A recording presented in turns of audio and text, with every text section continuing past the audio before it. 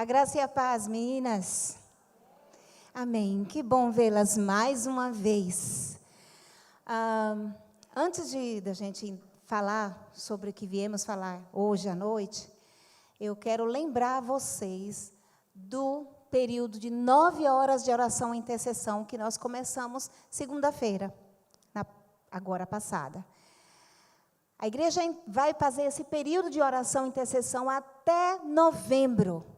E durante todos os dias vão ter 3 horários que você pode chegar, vir aqui na igreja. Se você não pode ficar as 3 horas, você fica 2, você fica 1, meia hora, o tempo que você puder, na semana. Se você puder, entre aqui no espaço 133 e venha orar, venha interceder, venha clamar ao Senhor. Tem muita coisa que a gente precisa orar. E até novembro vai ter gente orando aqui, vai ter sempre alguém orando aqui, de 7 às 10, de 14 às 17 e 18 às 21. Então, você está sendo convidada a participar desse período de 9 horas de intercessão, de oração, até novembro. Você tem algum motivo para orar? Eu acho que todas nós temos. Todas nós. E o primeiro motivo é dizer que eu estou muito feliz, eu quero dizer que eu intercedi para que o Senhor essa noite trouxesse você aqui. Eu orei e disse, Senhor, traz as tuas filhas, aquelas que você quer que esteja conosco lá hoje à noite, para que a gente possa adorar juntas, para a gente estudar a palavra juntas, para a gente conversar sobre a palavra do Senhor. E o Senhor respondeu, você está aqui, não é? Amadas, antes, pode tirar, Amada, pode tirar. Antes, esse tema me incomodou por esses dias, esse porquê desistir, ficou na minha cabeça alguns dias, o quase desistir, a questão da desistência. E eu fiquei assim, meu Deus, o que está acontecendo hoje em dia com tantas mulheres, com tantos homens, com tantos servos do Senhor que têm desistido na sua caminhada? Por que tem acontecido tantas desistências de várias coisas?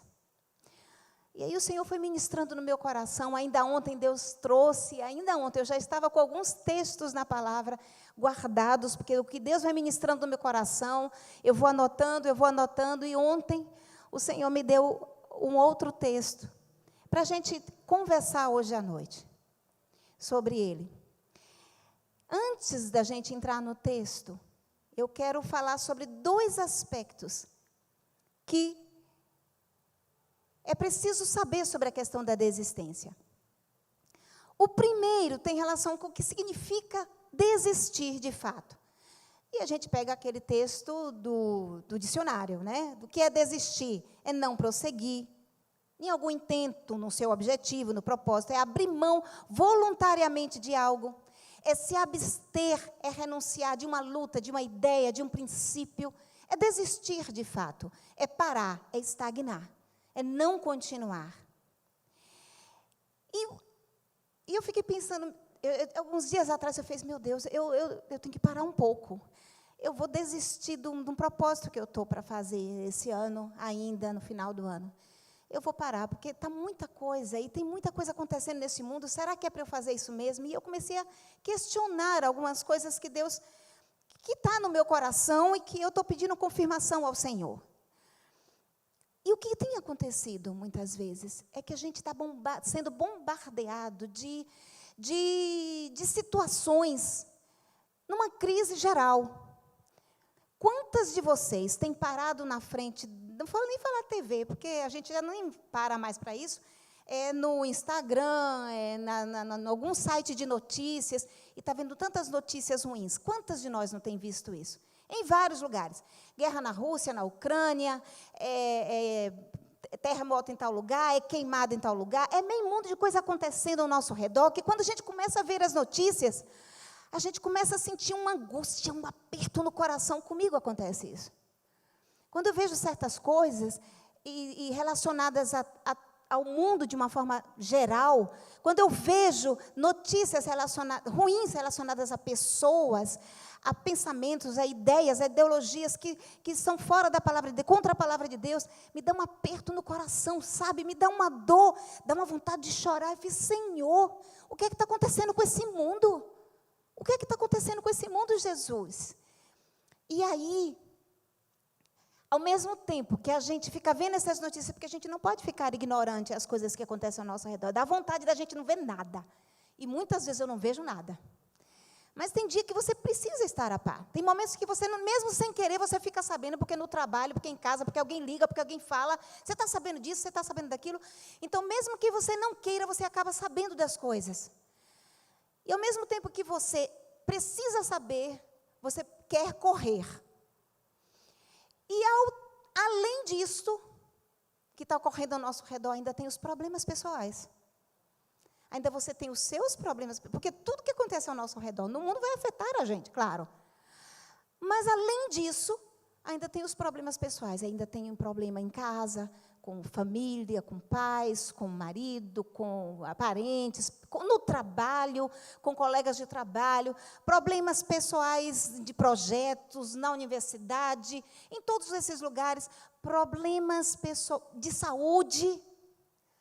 Além de tudo que acontece afora, a gente ainda se depara com as coisas.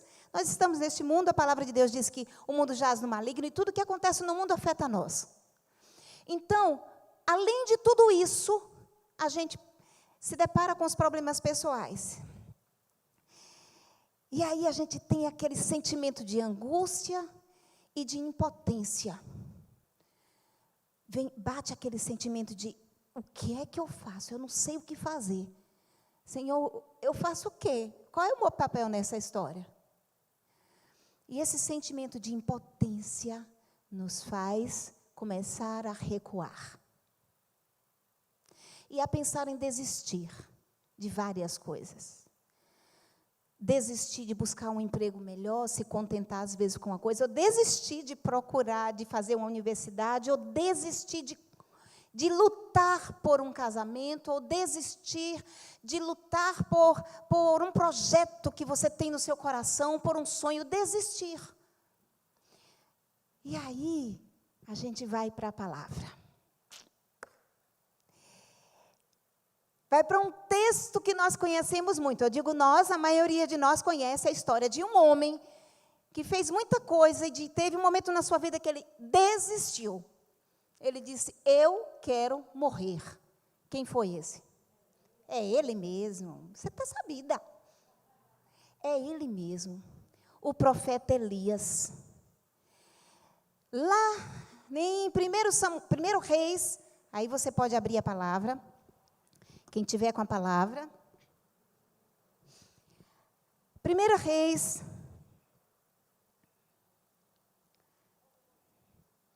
Capítulo 19.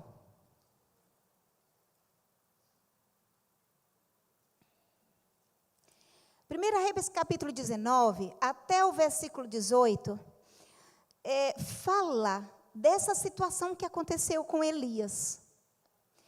Eu não quero ler o texto todo, para não ser, porque ele é longo, mas eu vou ler alguns versículos específicos, tá bom? E você vai acompanhando comigo.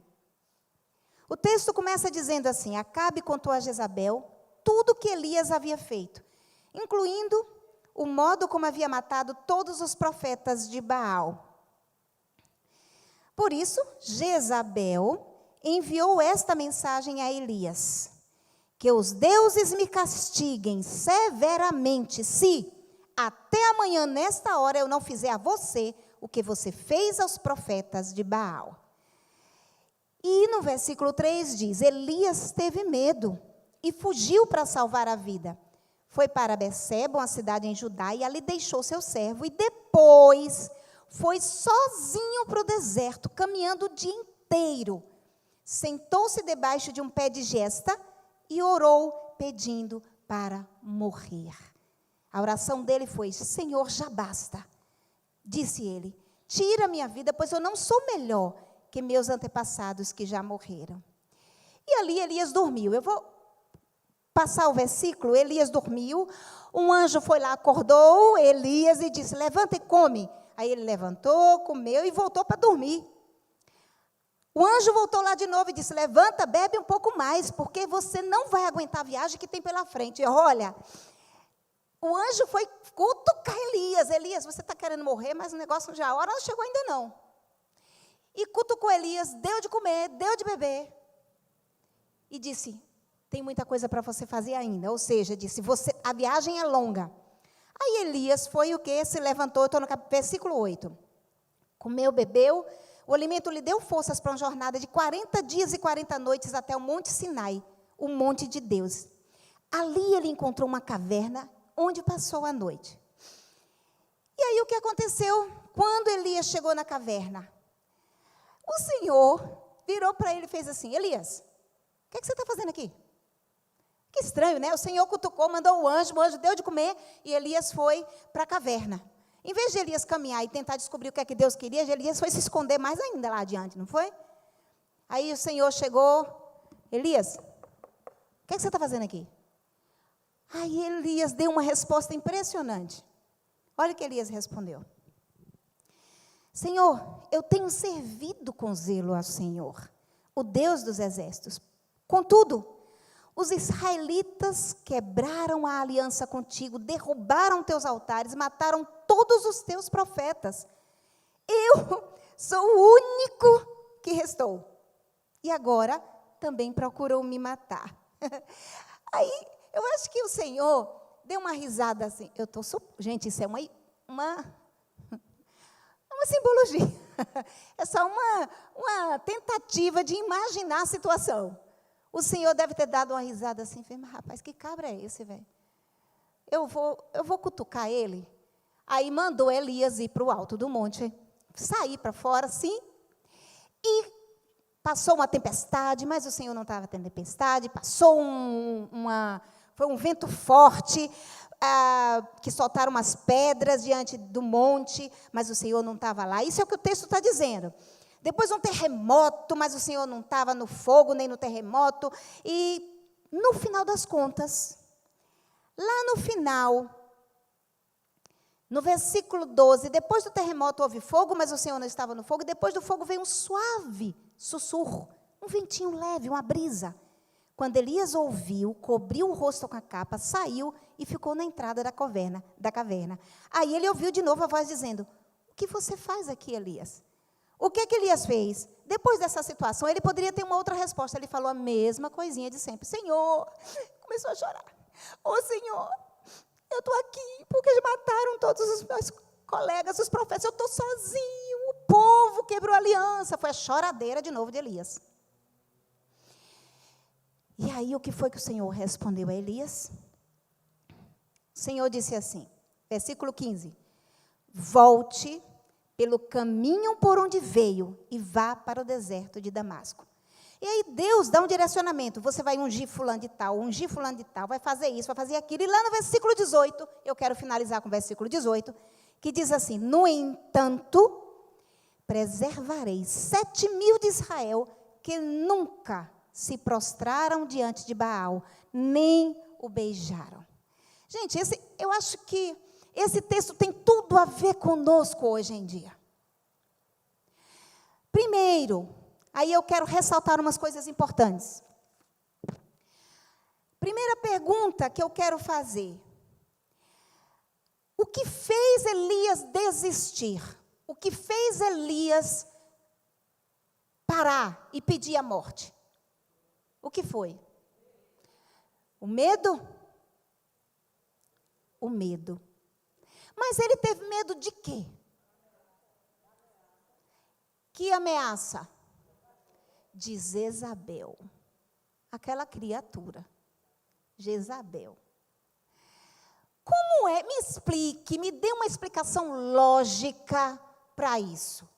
Um homem que era profeta, profetizou, Deus usou na profecia ele de várias formas. Um homem que orou pela ressurreição do filho, ajudou a viúva de Sarepta, um homem que enfrentou 400 profetas. 400, gente, não foi 40, não. Foram 400. Confrontou e Deus agiu naquele dia. Um homem que chegou na cara do rei Acabe, disse um monte de verdade do rei.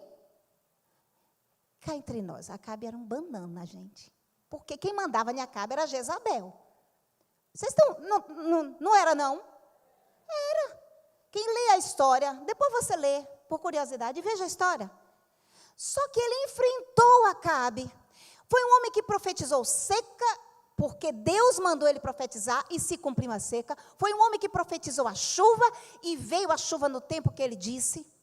De repente, esse homem, tão cheio de milagres na vida dele, tem medo de uma simples ameaça de uma mulher. Aí eu vou mais um pouquinho além. Eu fiz a pergunta, por que Elias desistiu? Você me disse, por medo. Medo de quê? Da ameaça de Jezabel. Medo de Jezabel. Como é que pode uma simples palavra dizer, eu vou lhe matar, um homem que fez tantas coisas, trazer medo para ele e fazer ele desistir? Algo já estava fragilizado na vida de Elias. Talvez você tenha vindo nesta noite fragilizada. Algo está fragilizando a sua alma, o seu espírito, algo está fragilizando o seu corpo, a ponto de você sucumbir a algumas coisas que vêm ao seu ouvido, querendo fazer você desistir. Elias, eu tenho a percepção, porque o texto não diz isso, mas Elias era homem. E Elias poderia, nesse momento, estar cansado. Ele viu profetas morrerem. Elias está cansado. Ele lutou contra hostes espirituais. E, no momento, ele estava fragilizado, ele estava cansado fisicamente, ele estava emocionalmente abatido. E uma simples ameaça tocou Elias tão profundamente que ele quis morrer. Aí, eu vou chamar a tua atenção para isso. Palavras. O medo paralisou Elias. O medo aprisionou Elias. A mente de Elias. O medo trouxe uma estagnação. Simplesmente ele não conseguiu enxergar mais o que tinha acontecido. Ele ficou preso a isso. Por causa de palavras que ele recebeu. Eu já ouvi uma frase aí, alguém comentando uma vez aí, fez assim, diz assim, olha, eu não sou lata de lixo para receber lixo. Só recebe lixo, lata de lixo. Se alguém falar uma palavra de maldição para você, se alguém falar algo para você que não é bom, só você pode receber ou não receber. Se você estiver bem, você vai jogar essa palavra em outro lugar, não vai ser para você. Porque palavras só têm poder quando nós recebemos ela. Não só palavras ruins. Palavras boas só atuam em nossa vida quando eu recebo essa palavra. Palavras ruins só nos sufocam, nos trazem medo, nos matam quando eu recebo essa palavra. Se eu tiver cheia do Espírito Santo, entendendo o que é o Senhor para mim, o que eu sou para Ele, as palavras ruins não me atingem. Podem até no momento nos chocar. Mas o Senhor vai lá e diz, tira isso aí. Isso aqui não é para você. Não é assim? Vocês concordam comigo? Aconteceu um fato essa semana muito interessante. Lá no meu trabalho, eu tenho uma colega de trabalho que é uma mulher fantástica, uma mulher de Deus, ela é assim, muito carinhosa, muito atenciosa, e tem passado por diversos problemas, muitos mesmo. Problemas de saúde na família, diversos problemas. E essa semana a gente estava lá, e eu tinha dado uma saída, e quando eu voltei, ela estava tão chateada. Ela não é assim de estar revoltada. Ela fala, ela às vezes está triste por alguma coisa, mas nesse dia ela estava chateada, e ela estava com vontade, acho que de matar, esganar a pessoa. E eu cheguei, entrei, como eu não sabia do que estava acontecendo, eu percebi que o próprio ambiente, com as 2 outras meninas que trabalham conosco, 2 estagiárias, também já estava um pouco contaminado, as meninas já estavam um pouquinho temerosas, estava meio assim, sabe, aquele clima. Eu entrei, fui para o computador e fiquei só ouvindo para entender a situação. Aí teve um momento que ela fez, não foi, Dora? Ai, Dora, que absurdo, ela me ofendeu. E peraí, eu fiz, peraí, vamos embora lá, vamos com calma.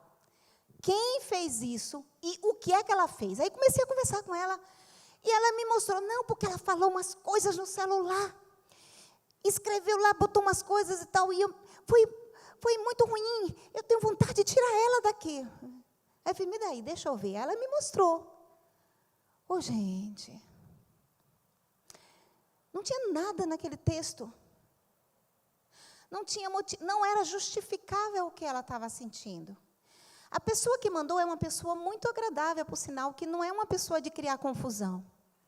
A pessoa apenas fez um questionamento, mas, ao mesmo tempo, no final, ainda botou gratidão, pererê. Mas, e aí eu fiz, menina, isso aqui não está dizendo nada, isso aqui não está lhe ofendendo. Por que você... Não, eu me senti ofendida, porque não sei o que eu fiz. Meu amor, eu vou te explicar o que é que está acontecendo. Você acabou de chegar do hospital, que estava lá com seu irmão. Você está sentindo um problema de saúde, você está mal emocionalmente. Você não está bem todos esses dias. Qualquer palavra que qualquer pessoa diga vai lhe ferir. Essa menina, aí peguei o texto e fiz um exemplo para ela. Por exemplo, aqui tem, o medo paralisa e nos aprisiona. Eu posso falar assim, mas eu posso falar também, o medo paralisa, viu? Nos aprisiona, viu? Mas também eu posso falar assim, o medo paralisa, nos aprisiona. Se você apenas lê, você não sabe como está meu sentimento, nem como está minha emoção ao falar. Você sabe? Por acaso, a letra diz como eu estou falando? A letra diz como está a minha expressão facial? A letra diz minha entonação de voz? Não. Eu posso interpretar mais ou menos como é que tenha sido. Pois foi o que aconteceu com ela. Ela interpretou que a menina estava ofendida e ela não estava. Gente, quando eu falei com ela, aí ela parou. Mas, Dora, não foi isso, amor. Presta atenção, você está machucada, você está ferida, você está doente, você está com a cabeça cheia de problemas, você interpretou que ela estava lhe ofendendo, mas ela não lhe ofendeu. Preste atenção, o que é que você está pensando dela. Aí ela começou a se acalmar. Foi, Giz? Começou a se acalmar. E aí ela entendeu. E começou a pensar diferente. Você sabe que aconteceu isso com Elias. Elias já não estava bem. E a palavra de Jezabel trouxe para Elias um medo infundado. Infundado, não tinha sentido ele ter medo de Jezabel, porque quem era que estava com ele? Quem é que fez ele vencer lá no Monte Carmelo e os profetas de Baal serem mortos? Quem foi? O Senhor dos Exércitos. Ele mesmo cita aqui, ele mesmo cita no texto. Quando o Senhor pergunta para ele o que é que ele estava fazendo, ele diz, eu tenho servido com zelo ao Senhor, o Deus dos Exércitos. Ele reconhece quem é o Deus dos Exércitos, mas naquele momento ele esqueceu disso. Você reconhece quem é Deus na sua vida? Você reconhece que quem controla a sua vida é Deus? Você entende que tudo que acontece com você pode ser consequências de algo que você já fez, mas que se você se colocar nas mãos do Senhor, Ele tem controle e Ele vai agir na tua vida no tempo certo, na hora certa? Você tem consciência disso? Enfim, deixa eu te falar aqui uma outra coisa. A gente tem um outro exemplo diferente do de Elias. Eu só vou citar. Lá no livro de Mateus e no livro de Marcos, no Evangelho de Marcos, conta a história de uma mulher que estava desesperada porque a filha estava endemoniada em casa. E Jesus passou naquela cidade e tentou passar assim, disfarçadamente, em silêncio. A Bíblia diz, eu vou ler e mostrar o texto para vocês. Está lá em Mateus 15. Depois você lê o texto todo, viu? Mas, em Mateus 15 diz assim: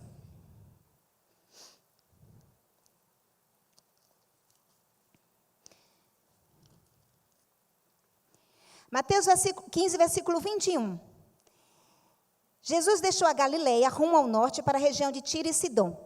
Uma mulher cananeia que ali morava, veio a ele suplicando: Senhor, filho de Davi, tenha misericórdia de mim. Minha filha está possuída por um demônio que a atormenta terrivelmente.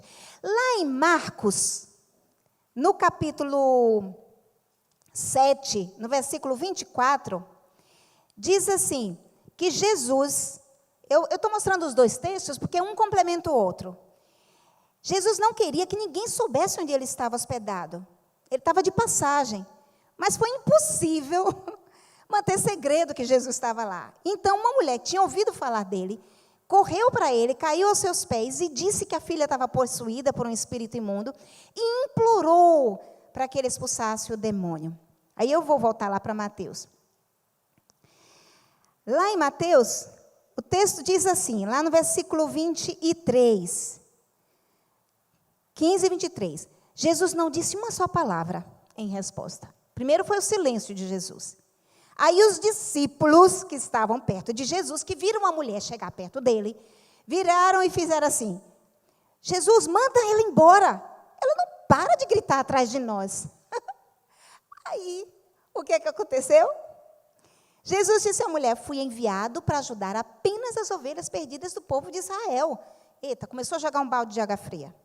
Aí a mulher se aproximou, se ajoelhou diante dele e implorou de novo: Senhor, ajuda-me. Aí Jesus respondeu: minha filha, ele não disse minha filha não, eu que estou botando, não é certo tirar a comida das crianças e jogar para os cachorros. Era uma simbologia que Jesus estava fazendo em relação ao povo de Israel, que era o povo escolhido, com outros povos. E aí, ela respondeu assim, inusitadamente, ela deu uma resposta assim: Senhor, é verdade. No entanto, até os cachorros comem as migalhas que caem da mesa de seus donos. Gente, que mulher teimosa, que mulher perseverante, que mulher. Ela estava tão decidida a curar a sua filha, a trazer cura para a sua filha, que não teve discípulo que mandasse enxotar, que não teve ninguém, palavras dizendo, manda embora essa mulher. Não teve. Jesus, eu tenho a sensação de que Jesus só queria provar e mostrar àqueles homens a fé daquela mulher. Aí Jesus fez, olha, eu não vim para outros, eu vim para o povo de Israel. Aí ela, mas Senhor, ajuda-me. Aí Jesus, olha, eu não posso tirar a comida das crianças e jogar para os cachorros. Aí ela disse, mas até os cachorros comem as migalhas que caem na mesa, Jesus. Ou seja, eu sou esse cachorrinho, eu quero essa migalha. Ela estava tão desejosa que ela não desistiu. E o que foi que Jesus falou? Filha, você é uma mulher de fé. A tua fé curou a tua filha. Jesus fez assim, sua fé é grande.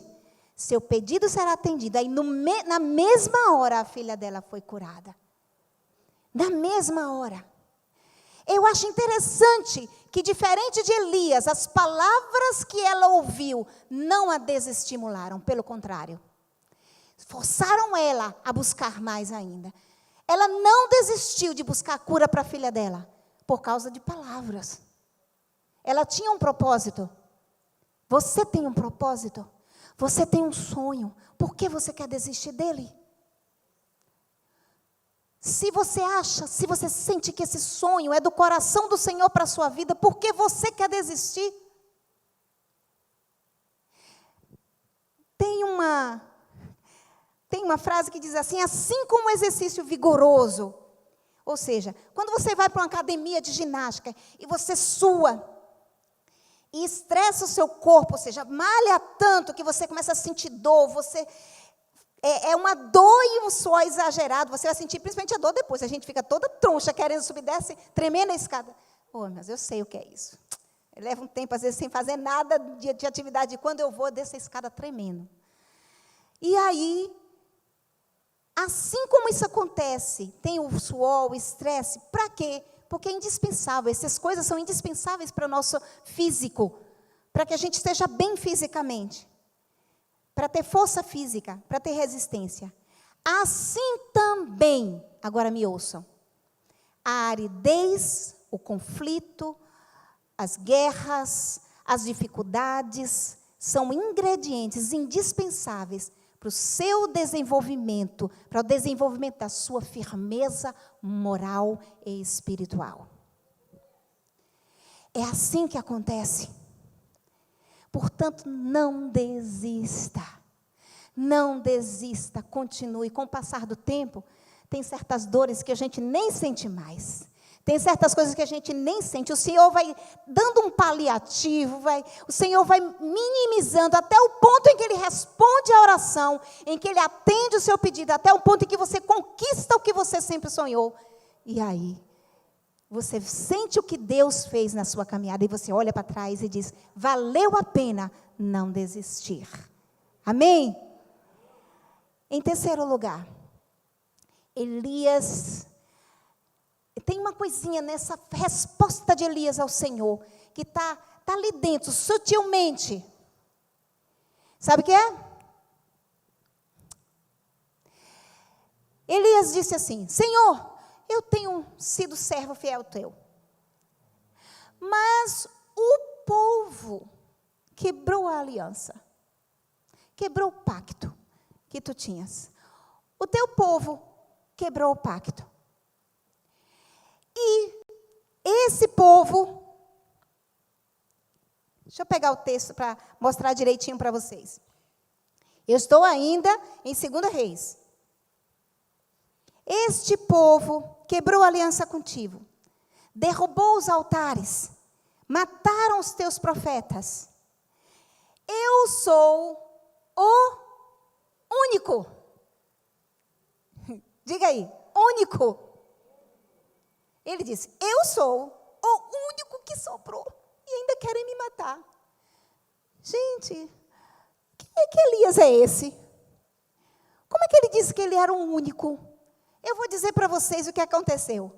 Como é que ele pode dizer que ele era o único, se no próprio texto, quando o Senhor lá no versículo 18 diz assim, no entanto, preservarei 7.000 de Israel que nunca se prostraram. Deus não está dizendo que nunca se prostraram. Deus não estava dizendo que iam surgir mais 7.000. Ele está dizendo que existem 7.000 que nunca se prostraram e está lá esperando para junto com Elias lutarem, para junto com Elias adorarem ao Senhor, para estarem firmes combatendo o pecado de Acabe, de Jezabel. E ele estava se achando só. Parece até, sabe o quê? Aquela mania que a gente tem. Oh meu Deus, eu estou tão só. Só eu sozinha na minha casa. Eu não tenho ninguém. Oh Senhor, eu estou tão só na igreja. Sabe, eu me sinto tão só mesmo no meio de tanta gente naquela igreja. Por que, Jesus? Eu busco tanto a Ti, eu sou tão santa. Mas eu estou me sentindo só. Eu sou sozinha, ninguém. O que é isso? Como é que é isso? Sabe um outro fato que eu não li? Que está lá antes de ele se esconder? Elias tinha acontecido aquilo com os profetas de Baal. E Deus foi para Elias e disse assim, Elias, vá lá para Acabe e diga que agora vai chover. E Acabe tinha mandado procurar Elias para matar. Ele estava sendo procurado. Em todo lugar tinha cartaz, procura-se Elias para matar. Brincadeira, gente. E aí o que acontece? Quando ele mandou um servo dele, lá do palácio, chamado Obadias, e um outro, para procurarem poços para água, para o povo. E Deus já havia mandado Elias dizer que era ir, e mandou Elias ir para Acabe e dizer que ia chover. No tempo de Deus. No meio do caminho, Obadias viu Elias de longe. E começou a tremer. Ele disse, meu Deus, é Elias?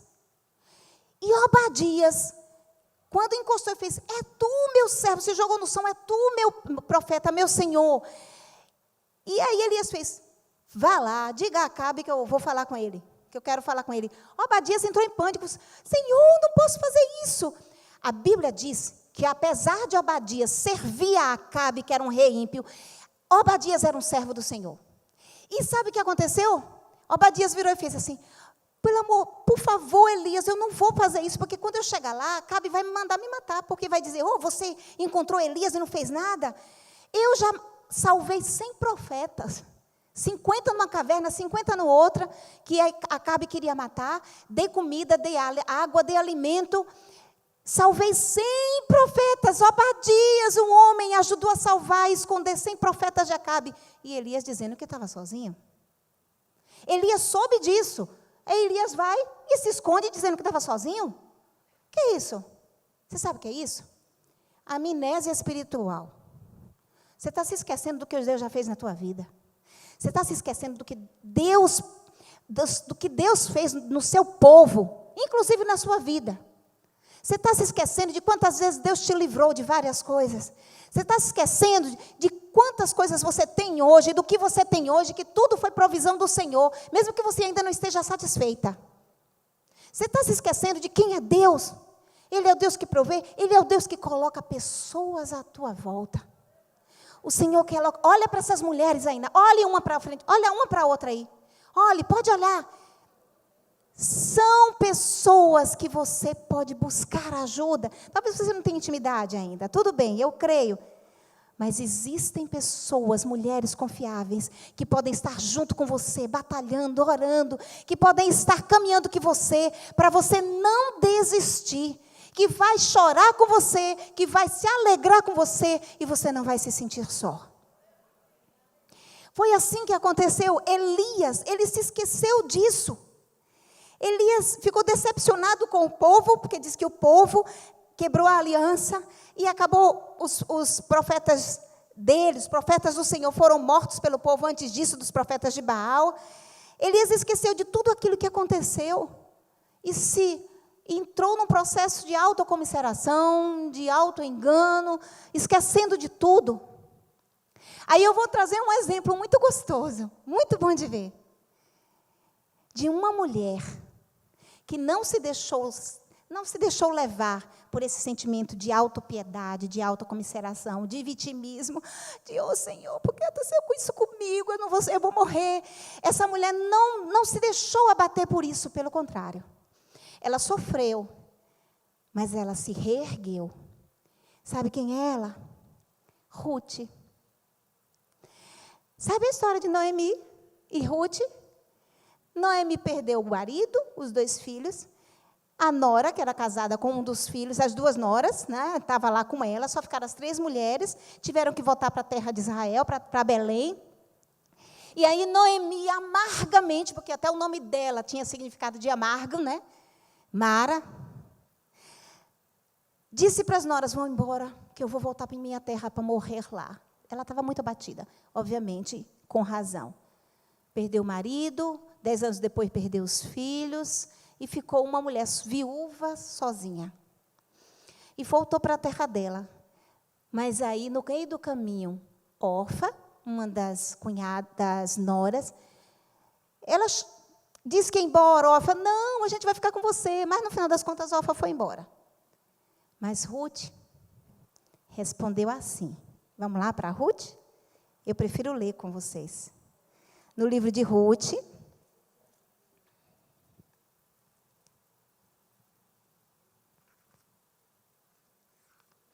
diz assim, capítulo 1, versículo 16. Esse é um versículo muito conhecido, que diz assim, Noemi, eu vou ler antes um pouquinho, disse Noemi a Ruth, no versículo 15, olhe, sua cunhada voltou para o povo e para os deuses dela. Disse Noemi a Ruth, você deveria fazer o mesmo. Aí Ruth respondeu, não insista comigo para deixá-la e voltar. Aonde você for, eu irei. Onde você viver, lá viverei. Seu povo será o meu povo, seu Deus será o meu Deus. Onde você morrer, ali eu vou morrer e vou ser sepultada. Que o Senhor me castigue severamente se eu permitir que qualquer coisa, a não ser a morte, nos separe. Aí, imediatamente, quando Noemi viu que Ruth estava decidida a ir com ela, não insistiu mais e foram juntas para Belém. Que mulher, gente. Você sabe o que foi isso? Ruth não era israelita. Não era da linhagem de Noemi. Eles saíram de Belém porque estavam com fome e foi para lá, para Moabe, para os moabitas. Lá os filhos dela casaram com essas mulheres. Depois morreram. Mas olha o que Ruth disse. Olha o testemunho de Ruth. O seu Deus será o meu Deus. Não era, não. Mas passou a ser. Eu vou ficar com você. Eu não vou lhe abandonar. A mesma dor que você passou, eu também estou passando. Mas eu não desisto. Eu vou com você. E porque Ruth foi ricamente abençoada. Quando chegaram lá, ela obedeceu ao que Noemi, uma mulher sábia, pediu para ela fazer. E Deus honrou a vida de Noemi, a vida de Ruth. Encontraram um resgatador. Tudo isso tem uma história, mas eu não vou contar isso aqui agora. Tudo faz parte da cultura lá de Israel. E aí, ela refez a vida dela. No final, olha que coisa linda isso aqui. O que diz o texto no final? No capítulo 4, diz assim, em versículo 14. Então as mulheres da cidade disseram a Noemi: louvado seja o Senhor que hoje proveu um resgatador para a sua família. Que este menino seja famoso. O menino sabe quem era? Já era o filho nascido de Ruth com um outro homem, um resgatador. Isso passaram-se alguns anos, gente. Que resgatou Ruth e resgatou Noemi. Que ele restaure seu vigor e cuide de você em sua velhice, pois ele é filho da sua nora, que a ama e que tem sido melhor para você do que 7 filhos. Aí Noemi pegou o bebê, aninhou-o junto ao peito e passou a cuidar dele como se fosse seu filho. As mulheres da vizinhança disseram: Noemi tem um filho outra vez, e lhe deram o nome de Obed. Ele é o pai de Jessé, pai de Davi, e que chegou a Jesus, a genealogia de Jesus. Diga-se, não é tremendo isso? Por que isso? Porque Ruth não desistiu. Porque Ruth não desistiu de Noemi, não desistiu de caminhar junto com ela para buscar segurança, para cuidar dela. Tem um bocado de nora que quer matar a sogra. Não, gente, é verdade, esse estigma de sogra é terrível. É terrível, isso tem que acabar no nosso meio. Tudo bem, pode ser que você tenha sofrido, ou a sua sogra tenha sofrido com você. Você está dizendo, é verdade, tem um bocado de nora que não cuida bem da sogra. Pelo amor de Deus, família é para viver em paz. Não importa se sua sogra não é aquilo que você sonhou. Ame-a, seja como uma filha para ela. Não importa se sua nora não é aquilo que você sonhou. Ame-a, seja como mãe para ela. Eu sou como mãe para minha nora, para minhas noras. As amo como filhas. É uma bênção. Às vezes eu protejo mais elas do que os meninos. Eu defendo elas do que os meninos. É verdade. Não é não? Pois é. Ela não se preocupe, que ela vai em casa, ela diz a mesma coisa. Viu? Está dizendo aqui só porque eu estou falando, não.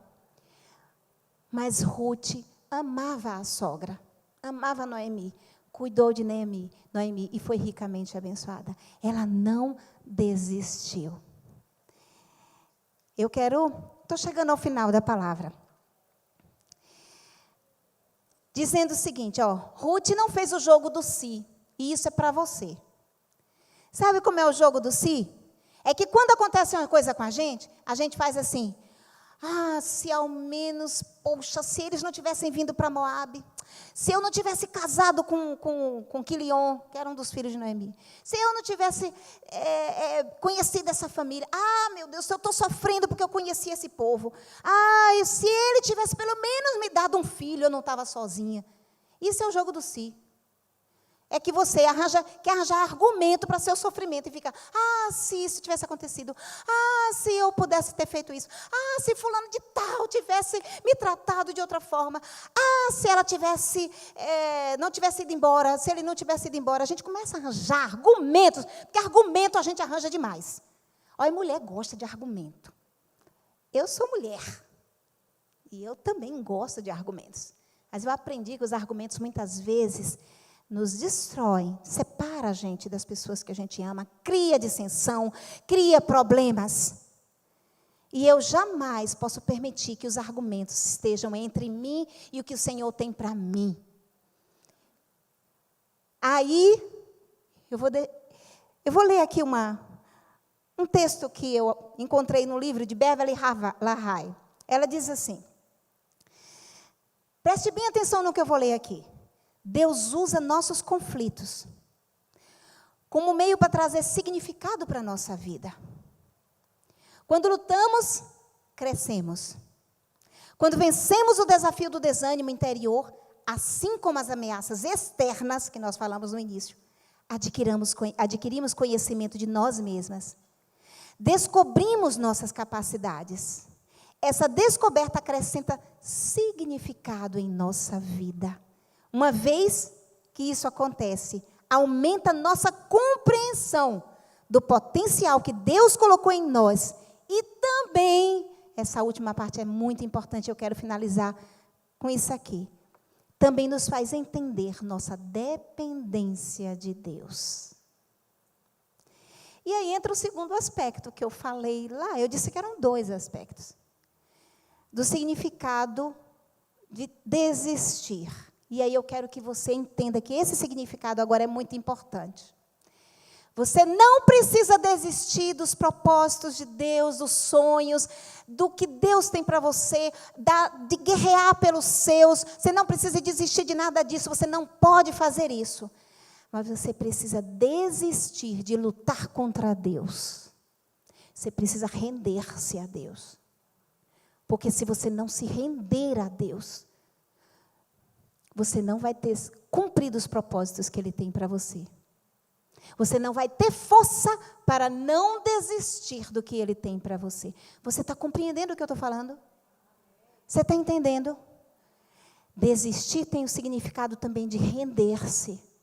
Quando eu me rendo ao Senhor, eu desisto de lutar com as minhas próprias forças. Quando eu desisto de guerrear contra Ele, de questionar Ele, de ficar no jogo do si, de ser vítima. Quando eu desisto de ser rude, quando eu desisto de criar argumentos, eu tenho capacidade e força que vem dEle para não desistir dos projetos dEle. Eu creio que hoje à noite você vai tomar uma decisão na sua vida. Uma decisão muito importante, a decisão de guerrear, lutar, não parar, dependendo do Senhor. Rendendo-se a Ele. Eu creio nisso, porque Deus vai agir na tua vida. Eu gostaria que você ficasse de pé. Se você puder, fique de pé. Se você não puder, pode ficar sentada mesmo, não tem problema. Mas eu gostaria de orar. Eu gostaria de cantar aquela música, Ed. Dá para a gente cantar? Tem uma música que gosto muito dela, que fala de estar acima das tempestades. E não parar, não desistir. Eu gostaria que a gente cantasse ela. Talvez você não conheça muito, mas a Renatinha que estava ali. Mas eu gostaria que você pensasse nisso que você vai cantar. E pensasse na sua vida. Não fique olhando para cima, para baixo, apenas louve, pensando no que você está cantando. E no que você ouviu nessa noite. No que Deus tem para você. Eu gostaria que você fosse ministrada pelo Senhor nessa hora. Você desistiu de caminhar com o Senhor alguns anos atrás, algum tempo atrás. Você se afastou dEle. E você sabe que sua vida não vai para frente sem o Senhor. Não vai.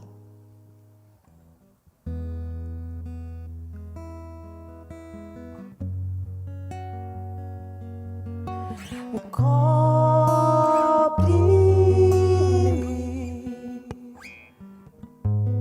com tuas mãos, com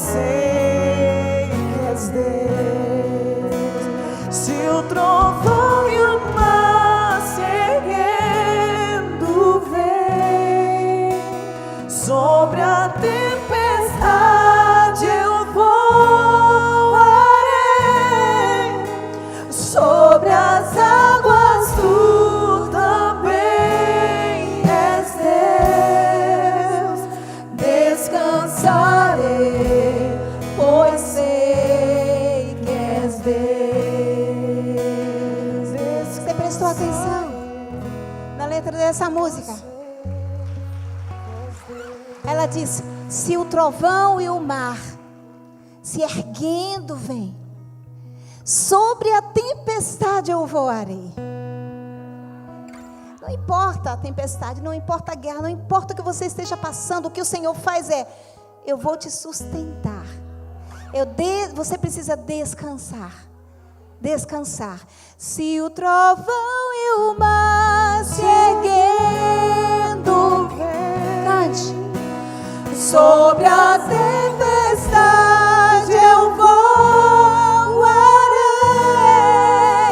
sobre as águas tu também és Deus.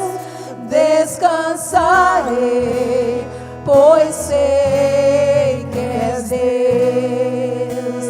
Descansarei, pois sei que és Deus. Fecha os teus olhos, fecha os teus olhos. Eu quero nessa hora orar por você, mas eu quero te fazer um convite. Se você tem passado por algumas situações, algumas lutas, algumas coisas que de fato tem trazido angústia ao teu coração, que tem trazido sofrimento, que tem tirado você do foco, que você está pensando em desistir, mas o Senhor nessa noite está dizendo: não desista. Se você estava pensando nisso, se você está precisando de oração, para que o Senhor te dê um novo ânimo, para que Deus renove o desejo no teu coração, eu vou pedir para você vir aqui na frente. A gente vai orar por você. A gente vai orar. Tenha coragem. A oração tem poder, porque ela vai direto para o trono do Senhor. E Deus sabe o que está passando no teu coração. O Senhor sabe o que está passando com você. Eu posso não saber, ninguém pode saber aqui, mas o Senhor sabe de todas as angústias talvez que você tem passado, de todo o sentimento, tudo que tem envolvido a sua mente, o seu coração. O Senhor sabe.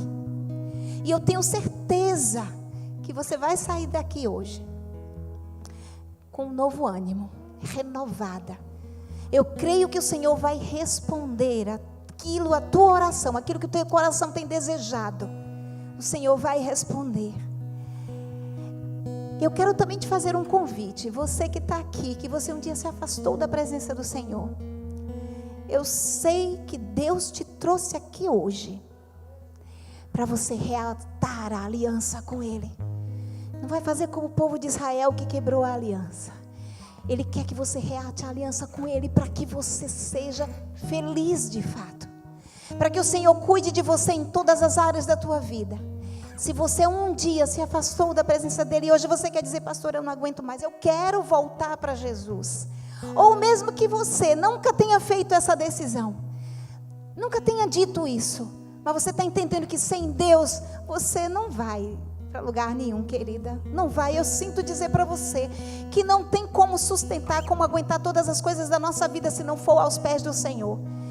Porque Ele traz uma paz incrível no nosso coração. E Ele nos dá força, Ele nos dá ânimo, Ele dá estratégia para superar os obstáculos, as dificuldades, para não desistir. E se você quiser que Jesus seja quem vai cuidar da tua vida até o final da tua vida, se você quer que Jesus tome conta da sua vida, que Jesus faça parte do teu coração, aí eu vou te convidar para vir aqui agora. A gente vai orar por você. Não tenha medo não. O medo paralisa. O medo não deixa a gente ser feliz. O medo tira a nossa paz. Não tenha medo. Busque ao Senhor. E eu sei que o Senhor vai fazer o que Ele precisa fazer na tua vida. Eu creio nisso. Eu quero orar por você. Pai, nós nesta hora entendemos a tua palavra. Entendemos o teu propósito. Entendemos que não podemos ser como Elias e fugir da tua presença, porque tu vais ao nosso encontro. Mesmo que a gente vá se esconder na caverna, o Senhor está lá chamando. O que você está fazendo aqui, minha filha? Saia daí. Eu tenho algo para você que é precioso. Ah, Senhor, obrigado porque o teu amor é tão grande, que nos busca, que vai buscar a gente lá no escondido, onde a gente pensa que não está sendo vista. Obrigada por este amor, obrigada pelo teu Espírito que atua em nós. Obrigada, Senhor, pela vida das tuas filhas que tiveram a coragem de vir aqui na frente, dizendo: Pai, eu quero depender de Ti, eu desisto de guerrear sozinha, Pai, eu quero continuar ao Teu lado, lutando, buscando no Teu propósito, eu não vou desistir, eu vou ver a vitória. Obrigado pelas Tuas filhas, Senhor Deus, porque elas estão com isso no coração, elas querem ver lá no final, Senhor, e dizer: fui vitoriosa, porque o Senhor guerreou por mim. Eu creio nisso, Pai, eu creio nisso. Faz com que as tuas filhas sintam, tenham uma experiência sobrenatural nesses dias contigo. Uma experiência que elas vão dizer: eu ouvi Deus, eu tive resposta de oração. Pai, eu creio que Tu tens um propósito especial para cada uma. Eu creio que Tu estás ouvindo a nossa oração e vais responder no tempo certo, de acordo com o Teu propósito. Para isso, prepara as Tuas filhas, Senhor, em nome de Jesus. Amém, amém, amém. Glorifique ao Senhor pela sua vida. E eu vou pedir uma coisa para vocês. A gente não vai parar aqui. Você vai voltar para a mesa. Teve alguém aqui que aceitou Jesus, que está voltando para o Senhor? Dentre as que estão aqui na frente? Que bom! Vem cá. Por favor, não tenha vergonha não. Você é linda, venha. Teve mais alguém?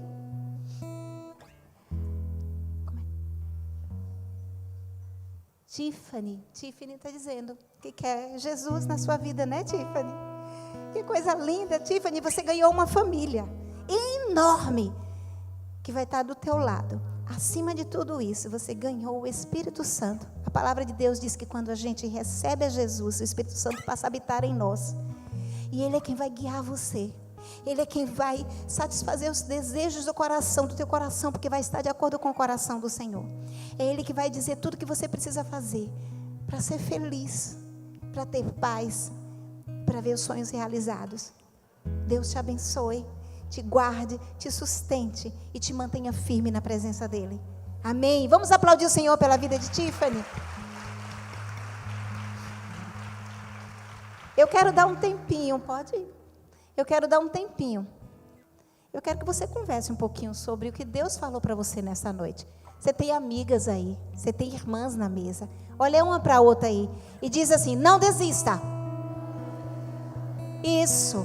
Então, converse um pouquinho sobre isso. Eu vou dar 10 minutinhos para você. Eu quero que vocês conversem sobre isso.